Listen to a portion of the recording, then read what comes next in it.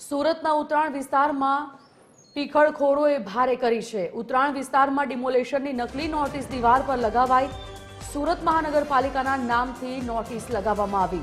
ઉત્તરાયણ વિસ્તારમાં આવેલી તાપીનગર વિભાગ 2નો બનાવ, જ્યાં દરેક ગલીમાં 5 ઘર તોડવાનો નોટિસમાં ઉલ્લેખ કરવામાં આવ્યો છે। ટીખળખોરોની આ ટીખળથી લોકોમાં ઉહાપોહ મચી ગયો। મકાન પર નોટિસ લાગતા સ્થાનિકો મૂંઝવણમાં મુકાયા, ત્યારે સ્થાનિકોએ સમગ્ર મામલે પોલીસને જાણ કરી છે।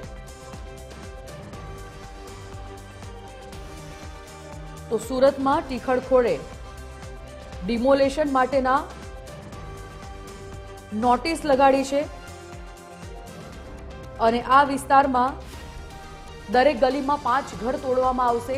આ નોટિસમાં આ વાતનો ઉલ્લેખ થતા સ્થાનિકોમાં ઉહાપોહ મચી ગયો છે, તો મૂંઝવણમાં મુકાયા છે સ્થાનિકો આ નોટિસ બાદ, અને આ સમગ્ર મામલે સ્થાનિકોએ પોલીસને પણ જાણ કરી છે। સુરતના ઉત્તરાયણ વિસ્તારમાં ટીખળખોરોએ ઉત્તરાયણ વિસ્તારમાં ડિમોલેશનની નકલી નોટિસ લગાવતા ઉહાપોહ મચ્યું છે।